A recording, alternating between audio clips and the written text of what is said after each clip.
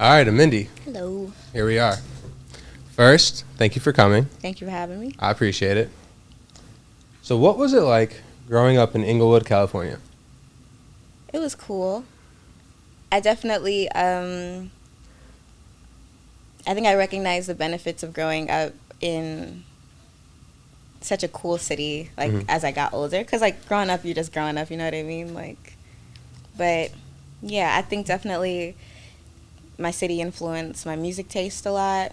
Like, I was listening to Kendrick and shit when I was in the 6th grade, Yeah. and definitely impacted that.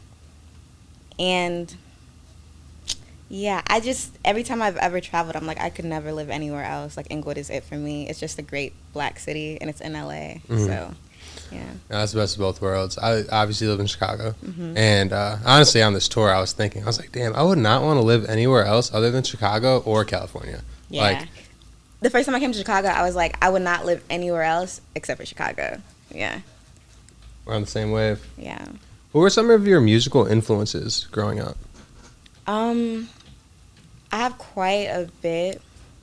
So like my mom was super religious and only played like gospel. Like we went to church every Sunday and Thursday. Like hmm so a lot of gospel music. I was singing in the church choir. Like the obvious ones like Hezekiah Walker, Kirk hmm Franklin type shit. But she also played a lot of reggae. My dad is a songwriter himself, and he played a lot of reggae in the house. So like Bears Hammond and Sizzla and Butcher Bonton. My parents are Jamaican, Yeah. so like a lot of that. And then my mom and her sister kind of raised us all in the same house, like all the kids. And my auntie had all boys until Mm. I was 10. She had one girl. And so my older brothers, they all put me on to all the rap that I like. Yeah, just like TDE as a collective influenced me a lot. Not even, I don't know if they, I guess subconsciously they did. I just liked them a lot when I was coming Mm. up, you know what I mean? I liked Chance the Rapper because of my older brother, Childish Gambino because of my older brother, Mick Jenkins. Like, Mm. a lot of the SoundCloud era, like, of music, I got a lot of that from them. Yeah. But when I found my own music taste and was coming into myself, I was liking a lot of like alternative music. Like I liked Vampire Weekend and Tudor Cinema Club and Arctic hmm Monkeys and Grizzly Bear. I do Walking on a Dream during my set. Like that's the type of shit I was listening to. Um, and yeah, Bears Hammond is definitely number one. When I was in the 4th grade, I always say this in every interview that I've ever done when I'm asked my influences, but Santi Gold was the first black woman that I saw doing alternative music, so she was a huge impact on me when I was 9 up until this day. Frank Ocean, obviously. Yeah. Tyler, Odd Future. Just they're from LA too, you know. So Yeah. yeah. um, so, at what age did you first start making music? I never know how to answer that properly because I've been writing songs literally for forever. hmm Like I can remember a song I wrote when I was 7. I can remember songs I wrote when I was 10 Mm. and 9. I was uploading music onto SoundCloud when I was 13. I'll be 23 this year, so Yeah. I have a digital footprint of at least 10 years now Crazy. for music, yeah. Can you tell me about Pam McGee? Whoa. So my principal at my high school, Palisades High. Palisades is a city in between Santa Monica and Malibu. It's a very white city. I feel like that's where old white people go to retire, but it's a very beautiful city. It's right on the beach. My principal, Pam McGee, God bless her soul, she was the richest principal in Los Angeles. Like, it was proven. Like, she was just, yeah. I liked her. I know other students had problems with her. I feel like she was very lenient with me and my friends. We had a clothing brand in high school, and if you've ever been to a school, you know, like, kids always selling snacks and stuff, and that wasn't allowed. We were allowed to sell things. Like, everybody knew. I could make an announcement on the announcements, like, yo, it's Twin Day tomorrow. Everybody wear your T-shirt. Like, she was a lovely woman to me. How was your experience just overall at Palisades High School? It was interesting. I definitely had to make the best of it. Like I said, it was a very white school. There was a racial scandal every year, every single year. Like, could not escape it. Like, kids with graffiti, racial slurs. There was one year, there was this app called Rap Chat. This one girl made, like, a very racist song where she said the N-word hard R 15 times in it. Like, it was, like, something every year. I was the president of BSU my senior year, Black Student Union. I was very, I think, vocal, and I made the best of it at Pali. Like, I would say that I was pretty popular in high school. I won a bunch of superlatives my senior year. I was prom queen. I made the best of it. Like, that's all you can do in an environment like that. Yeah. I feel it. Can you explain what is going on in this clip?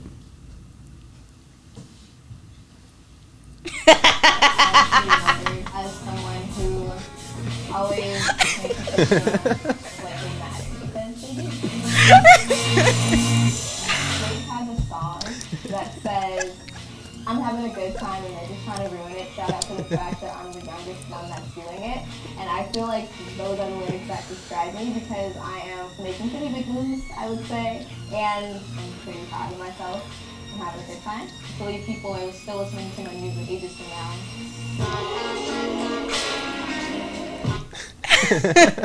Sure. Okay, so where do I begin?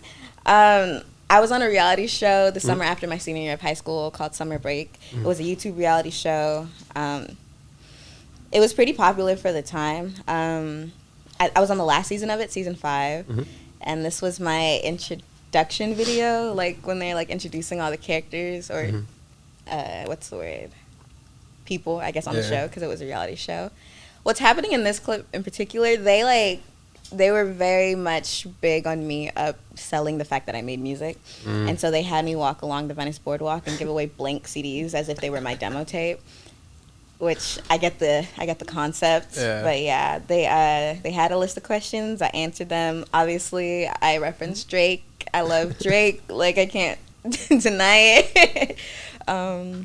Yeah, wow, that's... I love that. Okay, I was going to ask about the CDs because I was like, damn, is she really handing out like her project on CDs in 2017 at the time? No, that was wild. Like, here's my SoundCloud link at the time. Yeah. So, last year, you released your project Nice. What was the creation process of that tape like? I definitely think the creation the creation process for Nice was like one of my favorite eras of my life so far. So I kind of owed my distribution label at the time, Human Resources. I owed them a project, and I signed in May of 2020, the day that I moved into my own apartment. And obviously that was a weird year, so it just like, there was just a lot of me, I don't know, for everybody. Like, everybody was, like, going through shit and, like, I wasn't trying to, like, rush anything, but I also wanted to make sure whatever I was putting out next was very good. I had a project ready to go for maybe a year or two at the time, and then the time came and I was like, this doesn't even feel like me anymore. So much had happened. And then I had another project that I was working on. I was like, okay, maybe this one, but it was nothing that I was really unsure of until... I met Devin, who is the executive producer on Nice, Devin Malik, and I met Henry the same way, and that must have been September of 2020. December, we started like locking in. We made all of Nice between the end of December to the beginning of February of 2021, and then we yeah, it was just fun. We were in the studio every day making stuff. I knew that the project was going to be called Nice before, like, I had all the songs. Like, that was just, like, what I was trying to embody. Yeah, it was a good time. That's what it was like. Do you have a personal favorite song? My favorite changes, but I think it, in the background of my mind, it's always going to be You Got Next, which is the intro. Yeah. So right now, you were in the middle of the Back Home tour with Saba. How has that experience been for you so far? It's been super cool. It's been very, very cool. I've been listening to Saba also since I was in high school. So, like, just getting to be on tour with him is fire. Yeah, I've never experienced a tour before. I haven't gone to most of the cities that we're hitting, you know what I mean? I haven't gone anywhere, really. Yeah. So it's been very cool. Yeah, it's surreal. And I'm, like, the type to not really be present, but I'm really keeping my head in the game and, like, experiencing the moment and appreciating it for what it is. And I'm, like, super grateful that I'm here right now. What's your favorite city so far? My favorite has been Detroit because that was a more intimate It setting. was. And I'm just used to doing, like, backyard shows and shit. Yeah. And I really liked DMV, DC, Maryland. DC was great. DC was fire, yeah. Toronto was cool. I miss Toronto. True, yeah. Lost my passport. No. Yeah. It is what it is. Facts. Detroit was cool. We were at a venue called El Club. It was literally just called El Club. And it was in the middle of a Mexican town, which was wild. Because, like, I heard that. I was like, that sounds wrong. But then I also think about it. There's, like, Chinatowns and Koreatowns. And, like, I was like, okay, this isn't No, yeah, I that thought the far same off. thing. Yeah, that was odd. So, last year, you were featured on Isaiah Rashad's album. How did that come about? I was, like, probably one of his biggest fans since I was, like, 14. So I've been following him since forever. He followed me back on Twitter one day in 2019. I think it's because, actually, I'm pretty certain it's because JID, tweeted, like, at Isaiah Rashad, drop Eternal a Take or a Taki. You know Lil Uzi's album? Yes. Because we were waiting on Lil Uzi to drop, and we were also waiting on Zay to drop. Yes, So he tweeted, at Isaiah Rashad, drop Eternal a Take. Or Taki, I'm sorry, I don't know. I don't know either. But Zay retweeted it, and then I retweeted it. And I had a check mark at the time, and I think, like, he, like, was like, oh. And he followed me back. And would just interact with me, and I'm like, you can't do that, like, casually, because you were, like, favorite rapper. But, yeah, hits me up. Because I'm like, I'm down to make music. You're in LA, I'm in LA. And then he actually invited me to the studio once, and then he just kept inviting me back. Yeah. And that's how I met the guys I made Nice with, which was super cool. That's amazing. He's one of my favorite artists ever. Like, I was in high school when he dropped Sylvia demo. Like, one of the best projects. What year did you graduate? 2014. Okay, I graduated 2017. So yeah. But, Amindi. Yes. Can you explain what is going on here? Oh, no.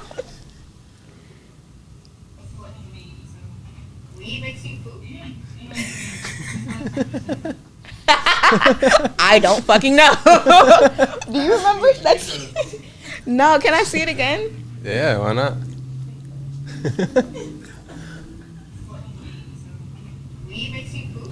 Whose car are we in? Whose car are we in?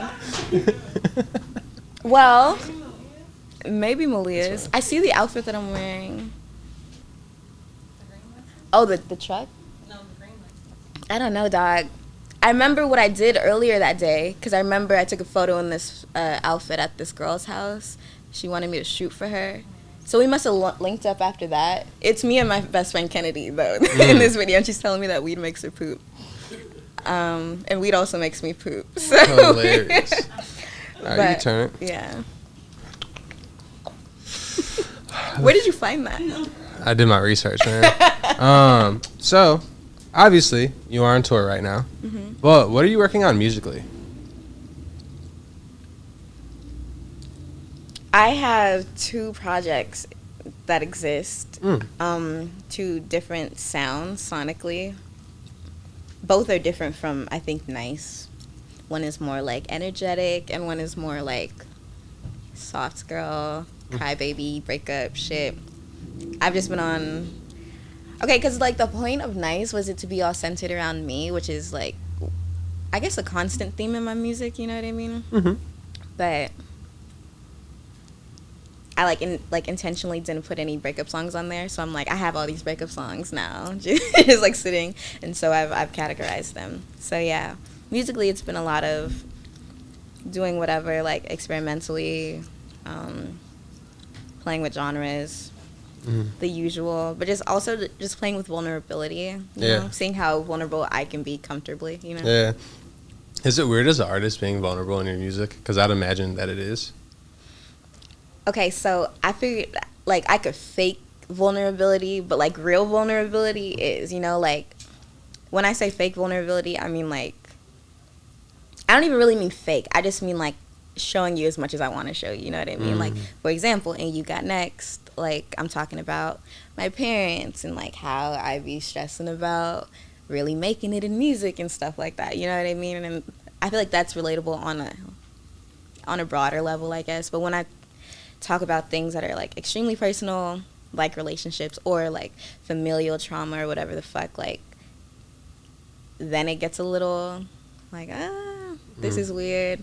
But also, it calls for good art. Like, good shit comes out of it, you know? I feel it. Amindi. Yeah. I have a gift for you. What? No way. Not wrapped. Make a wish. Okay. No, I didn't. Should I? Okay. Oh my god. Thank you. Thank you. I'm literally. God bless you. Wow. Wow. You're a real one, Elliot. I must say. Thank you. No problem. Thank you. I did my research. I can tell. What is it about the mint and bliss gum specifically? Because that's like a niche gum. Yeah. I think the flavor of this gum is like, it's not like overtly. Have you tried it before? I'm going to after this. Okay. Do you want one right now? Yeah, might as well. Okay. Maybe we all take one right now Yes. and just experience this together. I think that's a good idea. Yes. It isn't? That's weird. I don't even know. Okay, so like I have an oral fixation. I smoke nicotine. Like I'm addicted to nicotine because of it. And nothing else really hits like this. I used to bite my nails a lot when I was a kid. So like chewing gum kind of helps with that. I like started wearing acrylic nails in high school. Me either. You guys ready? I was wearing acrylic nails in high school to stop me from biting my nails, but I still like had the weird oral thing. And so I found this flavor one day just because I've always liked gum. I don't know. I like making bubbles with gum. But yeah, when I was in high school, we had a village in the Palisades, and I'd walk up there, go to the CVS, and get like an alkaline water and this flavor of gum like every day, and I'd chew two pieces of it, and it would just do the trick. I'd chew it like all day, so I'd have to buy packs on packs on packs. Like I go through these very quick. I bought one of these at the start of tour, and I'm almost done now. But now I got another one. Thank you. All right. I wasn't going to ask this, but perfect time to throw it in. So, in the like 2 or 3 weeks that I've known you, we've had 1 or 2 passionate debates about our top 5 cookies. Right. Right now, for the people. Yeah. What are your top 5 cookies? Sheesh. Okay. I've obviously had some time to think about this. And sandwich cookies count? They count. Okay. So, in no particular order right now, because I think all cookies are created equally. I really love the Subway raspberry white chocolate cookies. I love, like, does chocolate chip even count in this? Like, obviously I love chocolate. Okay. It does. Fuck. I feel like it's just a... It does. Okay, yeah, you're right. I'm not going to say that one, though. I'm going to say the frosted sugar cookies from, like, the grocery store. Ooh, classics. Yes. I love the grandma cookies, the little mini ones that come in the blue bag. I love Girl Scouts. They don't sell them anymore, but the lemon Savannah Smiles. Ooh. They were like powdered little. I remember those. Yes. And